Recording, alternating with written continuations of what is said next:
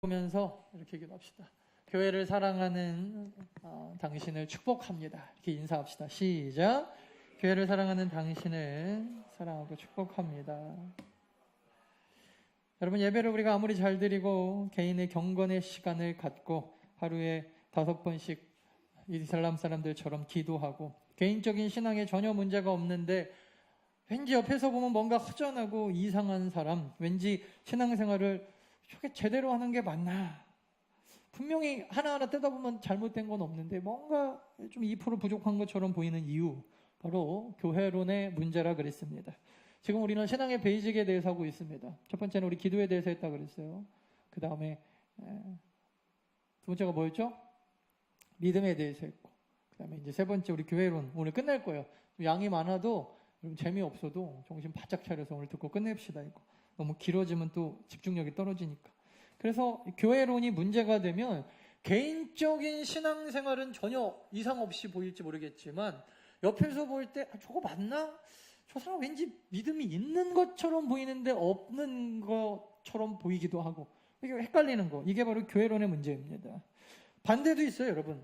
그냥 딱 봤을 때는 왠지 조금 날라리 신자 같기도 하고 나이롱 신자 같고, 그런데 어려움이 와도 흔들리지 않고 뿌리 깊은 영성의 소유자들, 이게 어떤 사람들은 모태신앙이다 뭐 이런 사람들도 있는데, 모태신앙자들이든 뭐든 특징이 바로 이 교회론이 제대로 딱 박혀 있으면요, 절대 어떤 어려움이 와도 뭐 특별하게, 물론 그렇다고 뭐 예배도 대충 드리고 막 개인 경건 시간이나 기도가 엉망이라도 상관없다는 얘기가 아니에요. 둘 다 잘해야 되는데, 교회론이 제대로 그래도 딱 박혀있는 성도는요, 조금 뭐 그런 게 겉에서 봤을 때는 별로 열심도 없어 보이고 별거 없어 보이는데도 어려움이 오거나 또 옆에서 시험이 오거나 이래도 아주 단단하게 뿌리가 딱 박혀있어요. 절대 그것 때문에 흔들리거나 뭐 교회 뭐 생활하는 게 어려워하거나 뭐 하나님을 떠나거나 하지 않더라는 것입니다. 교회론은 그런 것입니다. 우리 신앙생활에 가장 큰 영향력을 끼치는 것 중에 하나. 그래서 여러분, 신앙의 베이직에 있어서 교회론이 아주 뿌리가 잘 박혀 있는 것이 너무나 중요해요. 그래서 지난주에 교회의 속성에 대해서 오늘 좀 더 깊이 있게 살펴본다 그랬죠. 교회는요, 여러분, 어느 교회든지 이 4가지 속성을 가지고 있어요. 특별히 프로테스탄트, 우리 개혁교회는요, 이 3가지를 강조하는 경우가 많은데, 사실은 이 사독성도 굉장히 중요합니다. 알아두시고, 통일성이라고 하는 게 뭐냐면요, 우리 모든 교회는요, 예수 그리스도를 머리로 하나의 교회처럼 통일되었다. 그게 통일성이에요. 그래서 교회의 통일은 꼭 이게 되게 중요해요. 담임 목사 중심으로 통일이 될까요? 안 될까요? 안 되겠죠. 왜냐하면 다른 교회도 담임 목사가 있으니까. 그래서 예수 그리스도를 머리로 통일을 해야 합니다. 이거를 뭐 교황이나 무슨 어떤 주교나 뭐 이런 걸로 하면 절대 안 돼요. 교회의 통일성은 반드시 예수 그리스도다.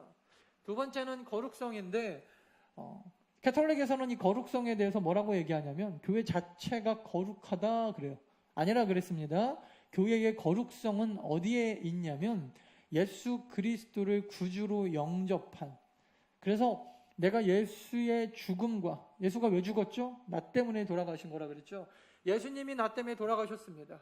내 죄를 다 담당하시고 예수님이 나 때문에 돌아가셨습니다. 이거를 여러분 고백하고 예수 그리스도의 십자가 죽으심과 부활을 믿는 저와 여러분들은 이제 성도, 즉 교인이 되는 거예요. 그러면 이거를 고백하지 않고 교회만 왔다 갔다 하는 사람들은요, 죄송하지만 그 사람은 교회 다니는 사람이지 교인이 아니에요. 그래서 내가 교인인가 아닌가는 교회를 다니느냐 안 다니느냐가 중요한 게 아니라 내가 예수 그리스도의 십자가 죽으심과 부활을 믿느냐. 그러면 우리가 거룩하게 된 이제 교회가 되는 겁니다.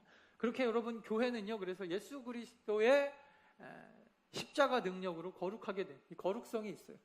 그런 의미에서 여러분, 모든 교회는 굉장히 보편적인 교회. 이게 여러분 잘 아시는 카톨릭 교회라는 건데, 카톨릭이라고 하는 뜻 자체가 보편교회라는 거예요. 보편교회의 가장 중요한 특징이 뭐라 그랬죠? 구원받은 자들의 모임이라 그랬어요. 그래서 이거를 조금 어려운 말로 아시는 분 알 거예요. 무형교회 그럽니다. 무형교회.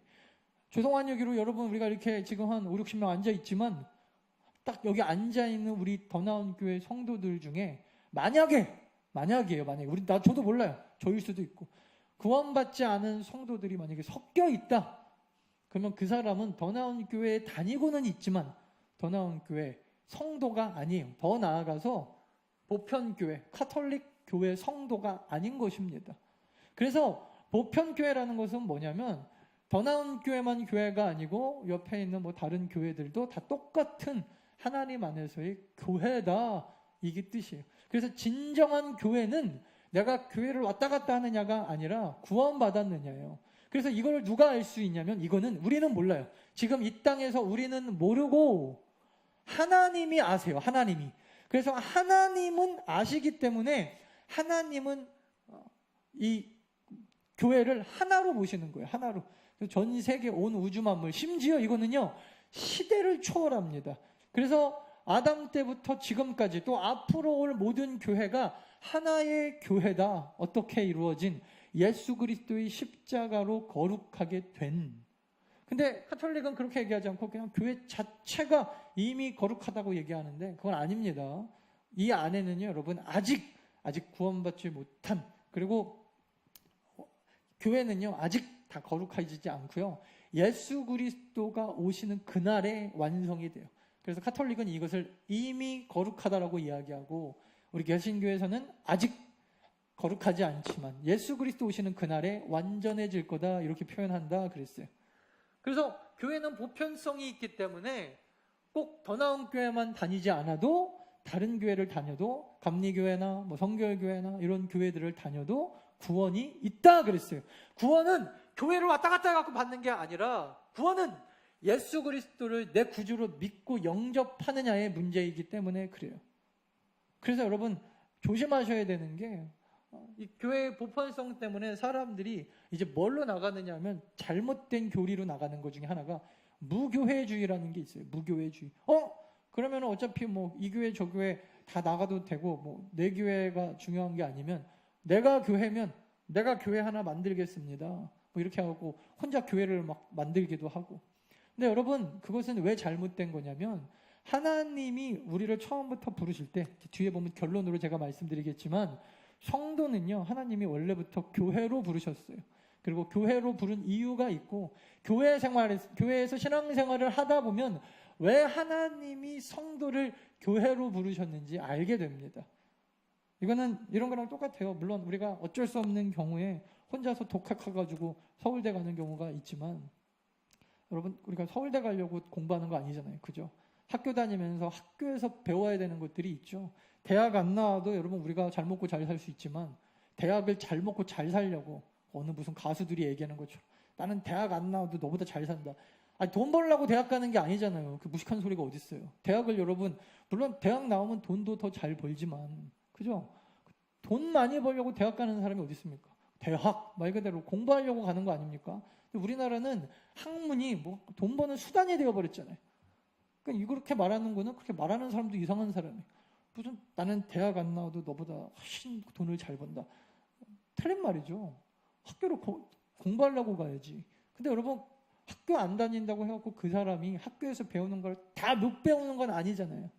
그래서 여러분 교회라고 하는 것은 사실은 이렇게만도 표현할 수 없겠지만 구원받은 사람 자체가 교회이고 그리고 교회를 안 다닌다고 해도 이거는 정말 어쩔 수 없는 상황 가운데서 우리가 교회를 다니지 못하는 상황 가운데 있다고 하더라도 우리가 구원받지 못하는 건 아니지만 구원의 문제에 있어서만큼은 그런데 그렇다고 해서 여러분 우리가 교회가 필요 없다거나 교회를 뭐 안 나가도 된다거나 하는 게 아니라는 거예요.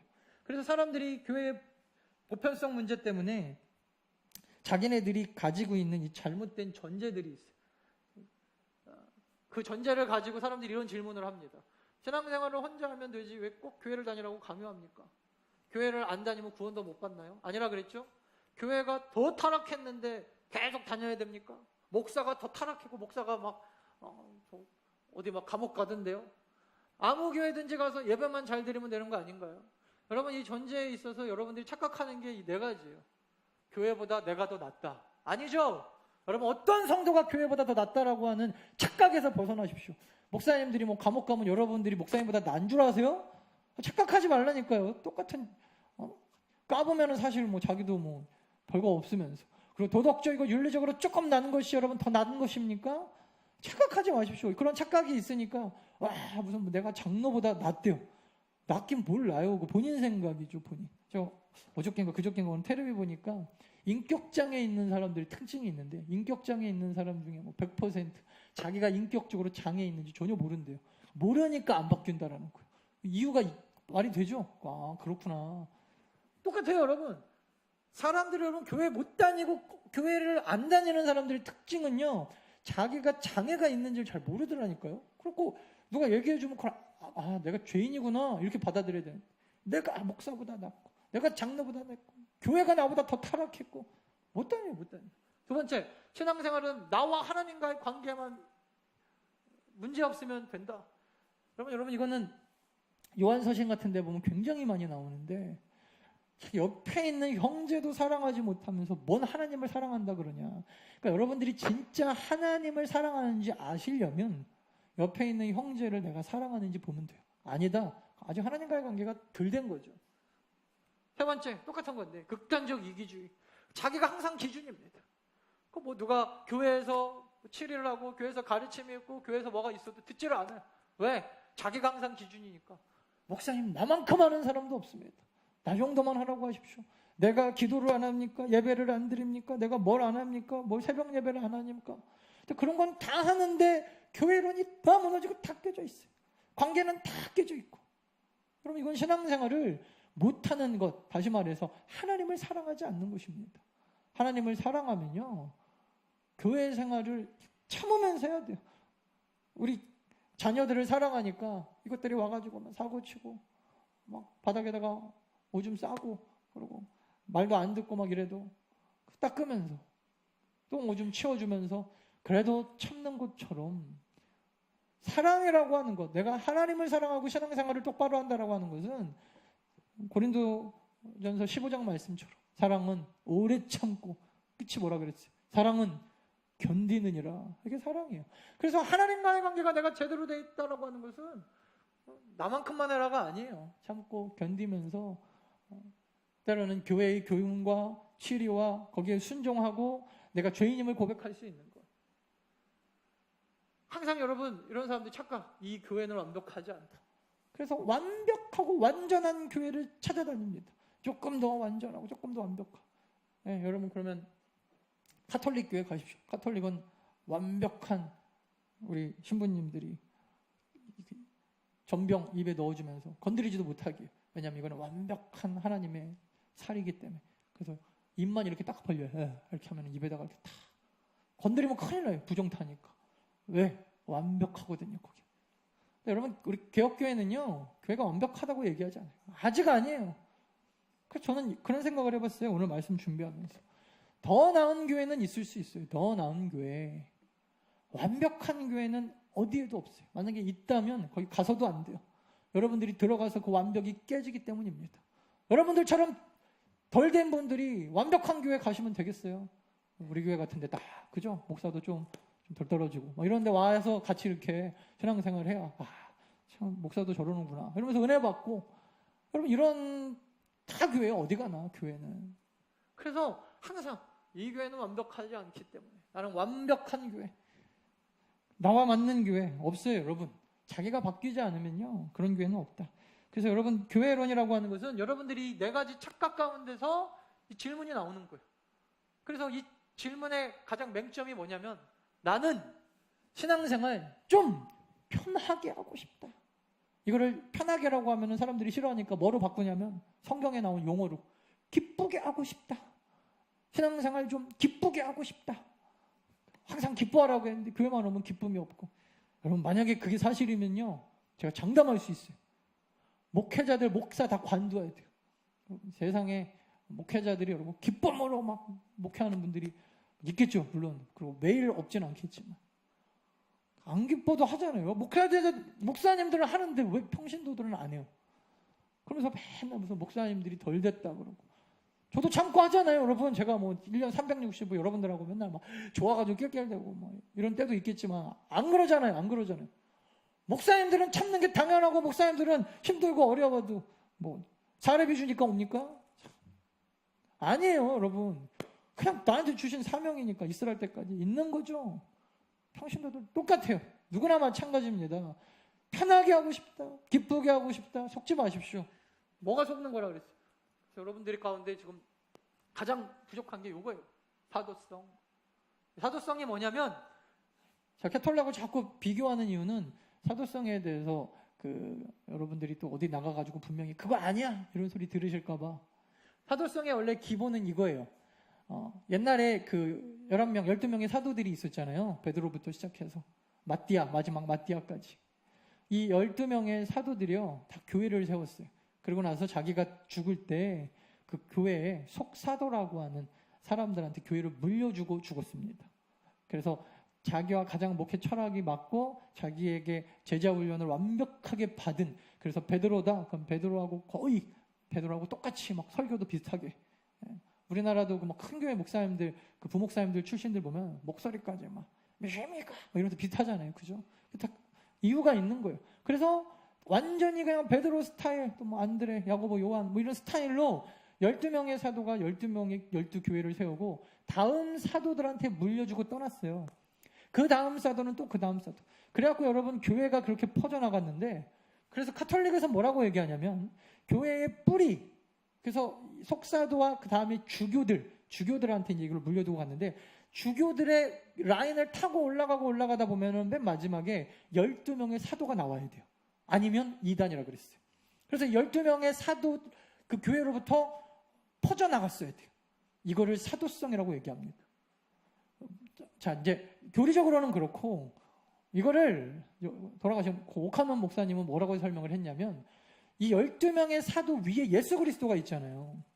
그래서 교회가, 특별히 우리 개신교회가 사도성을 가져야 되는 가장 중요한 이유, 이 사도성을 가지고, 그래서 교회가 만약에 제자 훈련이 없다면, 영적 재생산이 일어나지 않는 교회는 이 사도성이 없는 잘못된 교회라는 거예요. 그래서 우리가 세를 불려가지고 교회도 우리 크게 지어봅시다 뭐 이러려고 전도하는 게 아니고, 교회의 속성 가운데 반드시 예수 그리스도의 가르침을 받아서 다음 세대로 이 복음을 전수해 주는 것이 교회에서 죽었다면, 죽은 교회 같지 않은 교회, 잘못된 교회.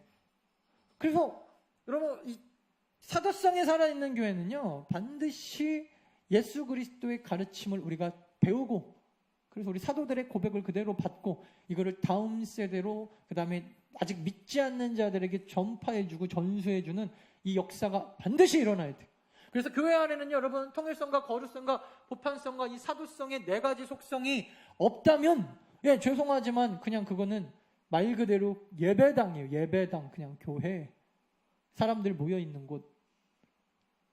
하나님이, 예수 그리스도가 몸으로 세우신 그런 제대로 된 교회가 아니라는 것입니다. 그래서 여러분, 이 사도성이 없는 사람들의 특징이 보편성 같은 거 강조하는 거예요. 아무데나 가면 되는 거 아닌가요? 그리고 뭐 좀 편하게 좀 해봅시다, 신앙생활. 아니에요. 사도들의 가르침의 핵심이 무엇입니까? 핵심이 뭐예요? 따라합시다. 사도들의 가르침의 핵심은 십자가다. 그래서 예수 그리스도의 십자가가 교회 안에서 가르쳐지지 않고, 사랑으로 섬기고 사랑으로 우리가 헌신하고 사랑으로 봉사하지 않으면, 그래서 교회 안에서는 이기적인 그런 모습들, 이런 것들이 다 내버려지는 거예요. 왜? 안 그러고 싶은 사람이 누가 있겠어요? 그냥 사도들의 가르침, 예수 그리스도의 가르침이 그렇고, 우리가 그것을 배운 사람이고, 너희는 그것을 뭐든 땅끝까지 이르러서 가르쳐 지키게 하라. 이게 우리의 의무이고 우리의 임무이기 때문에. 그래서 여러분, 더 나은 교회는요, 이 4가지 속성 안에서 건강하게 성장하는 우리 능력 있는 교회 성도들 되어지시기를 간절히 축원합니다. 그러면요, 이제 이런 게 또 나올 거예요. 가장 많이 나오는 또 질문들 중에 하나가, 나는 교회를 세우는 사람인가, 나는 교회를 그냥 다니는 사람인가에 대한 문제예요. 그래서 교회는요, 내가 진정한 교인이면 다니는 데서 멈추시면 안 되고 교회를 세우시는 분들이 되어야 돼요. 왜 헌금합니까? 돈도 없는데. 교회를 세우기 위해서. 교회를 세우는 것이 무엇입니까? 하나님을 사랑하는 것이고, 교회를 세우는 것이 복음이 전파되게 하는 것이고, 교회가 든든해야 예수 그리스도의 십자가 복음이 사도들의 가르침이 땅끝까지 전파되는 것이고. 그래서 왔다 갔다 여러분 주는 밥만 먹으면서 다니면 안 되는 이유가 뭐냐면, 우리는 정말 구원받은 교인이기 때문에 그래요. 성도, 이거를 잊어버리면 절대 안 돼요. 그래서 여러분, 좋은 교회는 어디 가서 우리가 찾아가서 가는 게 아니라, 좋은 교인들이, 훈련받은 좋은 교인들이 많으면 많을수록 좋은 교회가 되고, 큰 교회가 좋은 교회일 수도 있고 작은 교회가 좋은 교회일 수도 있는데, 큰 교회도 아까 전에 교회적 속성이나 이런 것들이 무너진 교회는 좋은 교회라고 할 수가 없죠. 그냥 사람 많은 교회. 옛날에는 좋아하는지 모르겠지만 뭐 지금은 그냥 우르르 사람들만 많은 교회. 그럴 수도 있어요. 선교는 여러분, 좋은 교회는 선교하는 교회인데 아무리 작아도 할 수 있다 그랬어요. 그래서 좋은 교인들이 항상, 내가 교인이잖아요. 내가 좋은 교인이 돼서 우리 교회를 좋은 교회 만들어야겠다. 이것이 여러분 교회론의 핵심입니다. 희생하고 봉사하고 사랑하려고 하는 결단. 그 안에서 여러분이 네 가지 속성 가운데서 교회에 상반된 두 가지 성격이 있어요. 유기적 연합체적인 성격과 무브먼트적인 성격. 이거는 상반된 성격입니다. 지난주에 저희 청년들 사이에서 토론이 일어났나 봐요. 교회에 옷을 예쁘게 입고 와야 되냐, 편하게 입고 와야 되냐. 그래갖고 어떤 애는 좀 편하게 입으면 어떻습니까? 그리고 또 어떤 사람은 아닙니다. 교회는 옷을 잘 갖춰 입고 와야죠. 둘 다 맞아요. 왜냐하면 유기적 연합체적 성격은 이거 가족적인 관계를 말하는 건데, 일반 조직체하고 다르죠. 이거는 사랑과 포용이 기본이에요. 제가 예전에 인도네시아 조이를 갔는데, 거기 조이 예배에 한 1000명 정도 되는 대학생들이 옵니다. 1000명의 대학생들이 처음에는 한 10명에서 시작됐다는 거예요. 근데 10명 대학생들이 지금 우리나라 전통 예배처럼 양복 딱 갖춰 입고 와가지고 예배를 드리니까 한두 명 왔던 애들이 안 오더라는 거예요. 왜 안 옵니까? 그러니까 너무 옷을 갖춰 입게 하니까 대학생들이, 주일 예배도 아닌데, 인도네시아가 여러분 우리보다 더 저건 거 아시죠? 막 갖춰 입는 거 아시죠? 왜냐하면 거기는 이슬람 문화가 있어서, 이슬람 교회에서는 여러분 옷 이렇게 입고 예배 드리면요 다 지옥 간다 그래요. 얼마나 거기는 따지는지 몰라요. 그러니까 얘네들이 이제 이런 문화가 있어서 교회 편하게 와라 못 오는 거예요. 그 중에 상당수가, 제가 갔던 곳이 족자카르타라는, 그러니까 자카르타에서는 1시간 정도 떨어진 대학생들이 굉장히 많은 도시예요. 대학교가 많은 도시. 근데 여기는 애들이 다 유학, 인도네시아 전국에서 모여가지고 전 도시에서 모여서 유학하는 애들이 있으니까, 가서 봤더니 우리 강대상 4분의 1만 한 데서 애들이 자기 몸만 누일 곳에서 살면서 옷 두세 벌 걸어놓고, 제가 거기서 심지어 같이 먹고 자고 했다니까요. 한 청년하고는 말도 안 되는 막 영어 해가면서. 근데 그런 정말 딱 4분의 1만 해요. 그런 곳에서 애들이 책상 하나 딱 놓고 옷 두어 벌 갖다 놓고 거기서 공부하면서 그런 학교 다니는 애들이 굉장히 많았어요. 그 당시에 2003년도죠. 그러니까 얘네들한테 예배 드리러 와라. 그러니까 옷 때문에 못 오겠다는 거예요. 그래서 우리 저희 선교사님이 아예 광고를 했어요. 우리 예배 올 때는 절대적으로 러닝에다가 티셔츠하고 그다음에 반바지 같은 거 하나씩 입고 온다. 아예 법이에요. 거기는. 그래서 그렇게 안 입고 오면 안 돼요. 그러니까 애들이 반바지하고 티셔츠는 다 입거든. 그렇고 입고 오는 거예요. 예배 앞에서 인대원 애들만 딱 빼놓고. 그래가지고 그렇게 예배를 드렸어요. 우리도 갔더니 우리 조이 예배는 반바지 입고 예배 드려야 됩니다. 내일 무조건 다 반바지 입고 오십시오. 반바지에다 티셔츠 입고 예배 드렸어요. 그래서 여러분, 이거는 유기적 연합체적인 성격이 강하죠. 그래서 이거는 정하기 나름이에요. 하지만 여러분, 또 하나 무브먼트적인 성격이 있어요. 이거는 뭐냐면 운동력과 영향력이 있어야 돼요. 사실은 아까 전에 유기적 연합체와 무브먼트가 상반되는 것 같지만 연결되어지는데, 옷이 주는 메시지가 분명히 있겠죠. 그래서 사람들이 왜 예배에 올 때 옷에 대하여 별로 신경을 안 쓰냐의 문제로 접근하면 옷을 제대로 갖춰 입어야죠. 예를 들어서 여자친구, 남자친구 만날 때는 막 화장하고 막 시장하고 나가면서, 교회 오라니까 자다 일어나고 고무줄로 묶고 막 스레빠 끌고 나와서 앉아있다. 교회가 편안하구나. 하나님이 보시기에 아주 그냥 한 대 때리고 싶겠죠. 그러니까 그런 거예요. 그런 거. 그러니까 어떤 옷을 입느냐보다 중요한 게 마음 상태고 정신 상태라는 거예요. 어느 측면에서 보느냐, 예절의 측면에서 보느냐, 그리고 이것을 어떤 질서의 측면에서 보느냐. 옷이 주는 메시지가 있어요. 그래서 어느 그 예배는요, 양복이나 이런 거 갖춰 입지 않으면 못 들어가는. 이슬람은 뭐 히잡 같은 거 둘러쓰고 옷을 딱 입지 않으면 못 들어오는. 그렇다고 해서 여러분 그것이 틀리고 잘못된 거고 막 교회가 사랑이 없는 건가? 아니라는 거예요. 예전에 광수생각이라는 그 만화가 있었어요. 광수생각. 거기에 4컷짜리 만화에 그런 내용이 나와요.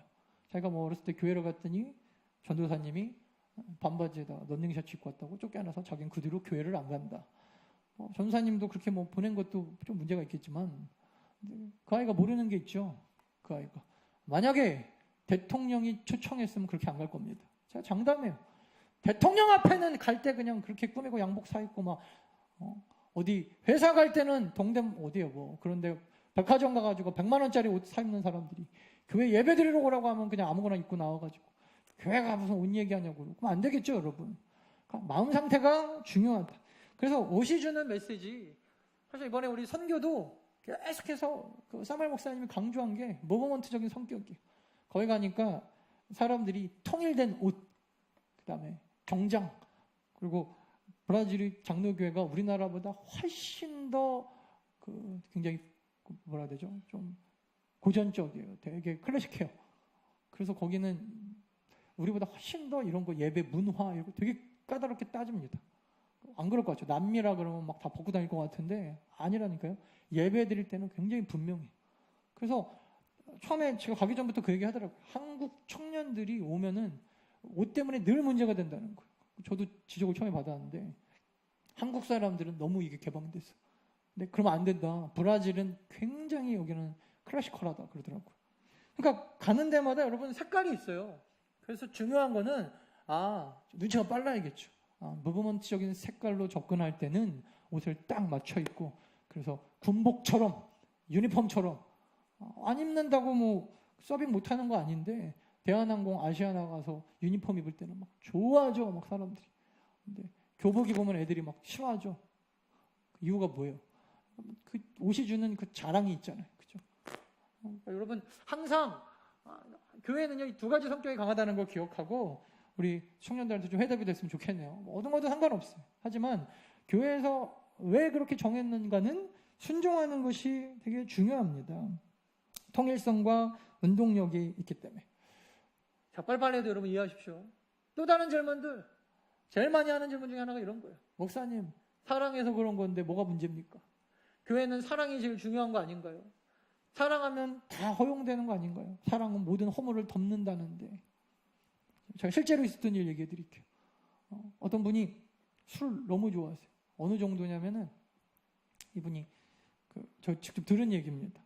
예전에 12시 넘어가면 통금이 있었을 때 한 번은 술을 먹고 통금 시간이 지난 거예요. 경찰서를 지나가야 되는데 도저히 지나가면 잡히니까 어떡할까. 술 취해가지고 고민을 하다가 이분이 4발로 기어갔다는 거 아니에요. 이렇게. 그 집사님인데 바로 지나가니까 옛날 동네 사람들 다 알잖아요. 뭐 하시는 겁니까? 갑자기 이분이 나는 사람이 아니고 개입니다. 그러고 갔다는 거예요. 통금에 걸릴까 봐. 술 취하니까 여러분 집사님도 개가 되더라니까요. 그런 분이에요. 그런 분이 하루는 자다가 알아보니까 병원에 있더라는 거예요. 병원에. 그래서 왜 그런가 알아봤더니 그 전날 술을 먹고 이분이 길거리에서 드러나갖고 주무셨는데 뭐 누가 밟고 지나가는지 차가 지나가는지 아무튼 굉장히 크게 다치셨어요. 이분이 6개월 동안 병원에 계셨대요. 6개월 동안. 6개월 동안 병원에 있으면서 좀 나이가 많지는 않았나 봐요. 간호사를 하나 알았어요. 간호사를. 근데 워낙 이분이 막 술 먹고 이렇게 사시는 분이라 사실은 결혼한 유부남인데 식구들이 아무도 와서 안 보고 어머니만 와서 치료를 해주니까 그 간호사를 속였다는 거예요. 총각인 것처럼. 왜냐면 자식하고 부인은 막 너무 떨어져서 이렇게 지내니까. 그리고 연락도 서로 안 하고. 옛날에는 왜 그런 부모님들이 많았는지 모르겠어요. 요즘에는 없지만 요즘엔 당장 이혼이죠. 그런 분들이 있었어요. 그래갖고 거짓말로 이분이 그 간호사랑 결혼을 해가지고 애를 또 낳았어요. 애를 낳고 나서 보니까 이분이 유부남이잖아요. 그래가지고 결국에는 또 그러면 평생 숨기고 살아야지. 그걸 또 얘기를 다 했다는 거. 그래서 나는 어쩔 수 없이 2집 살림을 해야 된다. 진짜 나쁜 사람들 많았어요 옛날에. 또 간호사는 자기의 온 그 인생을 다 걸고 이 남자를 사랑했으니까 평생을 또 쫓아가야죠. 그래가지고 남자가 능력은 없고 자식은 양쪽에다가 낳아놓고 그래가지고 결국에는 그냥 아주 양쪽 답이 다 힘들어졌다는 거예요. 그리고 두 분 다 나중에 그 남편이 나이가 들었는데 자식들이 서로 안 본다는 거예요. 서로. 집사님인데 교회 집사님 맨날 술만 먹고 다른 사람 얘기가 아니라. 저는 그런 생각이 들더라고요. 여러분 사랑하면 다 용서가 되는 게 아니잖아요. 우리는 가끔 드라마 같은 데 보고 착각하는 게 사랑하니까 자식 다 팽개치고 막 나와가지고 막 그게 굉장히 근사한 것처럼 내가 하면 로맨스, 남이 하면 불륜, 딱 맞는 말이에요. 근데 여러분 교회도 마찬가지입니다. 사랑한다고 하는 것이 여러분 절대 어떤 핑계가 되시면 안 돼요. 사랑해서. 저 아는 어떤 분은요, 너무나 어떤 그 친구를 사랑해가지고 그 친구가 한 번만 가자는 교회 갔더니 거기 가서 성경 공부 한번 하자는 거예요. 그래갖고 성경 공부 열심히 하고 있는데 나중에 알고 보니까 거기가 이단 교회였다는 거예요. 이단 교회. 그러니까 결국 거기에 빠져가지고 그냥 헤어나오지를 못해. 헤어나오죠. 끝나버렸어요. 여러분 사랑한다고 용서가 되나요? 그래서 사랑해가지고 친구도 사랑하고 아무 교회나 사랑하면 됩니까? 저는 사랑 때문에 사람들이 잘못되는 경우가 너무 많은 것 같아요. 사랑도 여러분 하나님을 사랑하고 하나님께서 여러분들에게 허락하신 제대로 된 이 교회를 사랑해야지 아무데나 여러분 사랑한다고 막 기웃거리고 될 게 아니라는 것입니다. 마지막으로 하나만 더 살펴보면요. 오늘 본문 이사야서 66장 10절부터 우리 14절까지 말씀이 결론이에요. 하나님께서 우리 성도들을 축복하시는 것이 그리고 우리가 이 땅에 살아가면서 하나님 앞에 축복받는 게 가장 중요한 목적과 목표 중에 하나인데 그래서 축복이라고 하는 것은 반드시 받아야 되는 거예요. 받아야 되는 거. 근데 사람들이 이제 헷갈리는 게 이거죠. 뭐냐면 기복과 축복을 헷갈립니다. 자기가 축복, 하나님 앞에 축복을 어거지로 받으려고 때를 쓰는 것 이거를 우리는 기복, 스스로 복을 비는 것이라고 이야기를 하고 축복은 하나님께서 주시는 거예요. 주시는 거.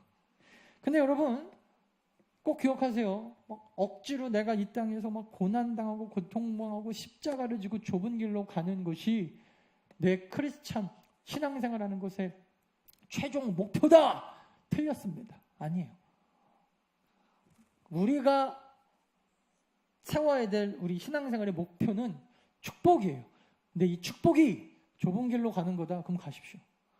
좁은 길로 가는 게 목적이 아니고 좁은 길로 가서 하나님 앞에 내가 영광이 되어진다. 그럼 그때 그냥 선택하는 거지. 왜 넓은 길 냈다고 일부러 무슨 자기 몸을 막 자해하면서 고통스럽게 합니까? 그럴 필요 없어요. 그런 거는 신앙도 아니고 아무것도 아니고 그냥 잘못된 거예요. 잘못된 거. 그리고 그 반대가 기복인데 기복은 또 어떻게 해서든지 자기가 복을 막 쟁취하려고 하는 이 기복신앙을 잘못 사용해갖고 평생 고통받았던 사람 중에 하나가 야곱이라는 사람이에요. 야곱은요 자기가 이 축복을 자기 힘으로 그냥 어떻게 해서든지 받아보려고 수단과 방법을 가리지 않고 평생 고통스럽게 살죠. 마지막에 여러분 이 기복신앙이 야곱이 언제 끝나냐면 요셉이 애굽에 있을 때 요셉이 애굽에 있는지 모르고 야곱이 10 아들을 보내잖아요. 베냐민만 놔두고. 그래서 음식 사오라고 보냈더니 얘네들이 음식은 안 사오고 시므온이라고 하는 둘째 아들 두고 돌아옵니다. 그러면서 거기 애굽 총리가요 시므온 잡아놓고 베냐민 데려오라고 하네요. 그러니까 야곱이 막 가슴을 찢으면서 통곡하죠. 이 하나밖에 없는 아들 요셉도 잃어버렸는데 베냐민도 잊어버릴까 봐. 그러다가 갖고 온 음식을 먹다가 음식이 또 다 떨어져요. 그때서 이제 배가 고프니까 정신을 번쩍 차리죠. 야, 참 내 인생 내가 어떻게 좀 해보려고 그렇게 노력했는데 안 되는구나. 어쩔 수 없다. 가서 시므온도 데리고 오고 이 베냐민 이 아들도 데려가서 알아서 해라. 하나님께서 살리시면 살리는 거고 하나님이 죽이셔도 어쩔 수 없고 뭐라고 나오냐면 내가 이 아들을 잃으면 잃으리로다. 이렇게 딱 고백을 해요. 포기하는 거죠. 포기하는 거죠. 자기 힘으로 자기 인생을 그냥 어떻게 한번 살아보려고 그냥 별짓 다 해봐. 안 돼. 포기해. 그러고 나서 하나님이 살리시면 살리시는 거고 죽이시면 죽이시는 거고 내려놓는 거예요. 그때 하나님께서 이제 야곱을 확 애굽으로 쫙 부르시는 거죠. 그리고 그의 앞길 가운데 이제 그의 인생이 이제 거기서 더 이상 기록이 없어요. 그 얘기인즉 별로 시험할 것도 없고 시험거리도 없었다. 야곱 스토리 보십시오. 맨날 자기가 뭔가 해보려고 하다가 시험 들은 얘기밖에 없어요. 뭔가 좀 해보려고 하다가 시험 들고 해보려고 하다가 시험 들고. 그래서 여러분 가장 중요한 거는 하나님 앞에 축복받는 삶을 살아야 돼요. 할렐루야. 하나님 앞에 다 축복받는 더 나은 성도들 되시길 간절히 축원합니다. 기복적으로 살지 마십시오. 하나님은 우리한테 막 축복을 주시려고 하는데 주기도 전에 하나님이 주시기도 전에 막 달라고 하니까 주려다가 싫은 거예요. 주려다가. 하나님 인격적이시라 그랬죠. 그래서 여러분 또 하나 중요한 게 이 예배 시간에 축도하고 목회자한테 축복기도 받고 이걸 사모하셔야 돼요. 제가 보니까 그 사모하고 믿음으로 사는 사람들은 믿는 대로 되더라니까요. 미국 사람들은요 아직도 예배 이렇게 막 껄렁껄렁이 들어도 목사님들이 축도한다 머리라도 막 들이밀어요. 받으려고. 물론 거기도 좀 이상하지만 어떤 그 정신 상태가 그래도 돼 있잖아요. 아 목회자에게서 나오는 이 축복권에 대하여 함부로 여기지 않는다는 거예요. 그래서 목회자의 관계가 교회와의 관계가 좋으면 좋을수록 축복된 삶을 살아갈 수밖에 없는 게 그래서 그런 거예요. 그래서 말씀을 마치겠습니다. 여러분 교회 나와의 관계에서 나의 신앙의 관계에서 교회의 관계가 어그러지면요 아무리 혼자 열심히 날고 걸고 뛰어봐야 뭔가 부족해요. 뭔가. 그래서 여러분 제대로 된 우리 교회의 뿌리를 깊이 박은 이 교회의 4가지 속성과 그 다음에 교회의 그 어떤 성격을 우리가 분명하게 알고 깨닫고 교회의 관계가 든든하게 서갈 때 그때 여러분 좋은 교인들이 좋은 교회를 만든다는 거 여러분 반드시 기억하고 시험에 드는 성도들 말고 모든 어려움을 이기고 시험의 권세를 이기고 그리고 예수 그리스도의 복음의 능력으로 살아가는 더 나은 성도들 되어주시기를 간절히 축원합니다. 우리 찬양합시다. 우리에겐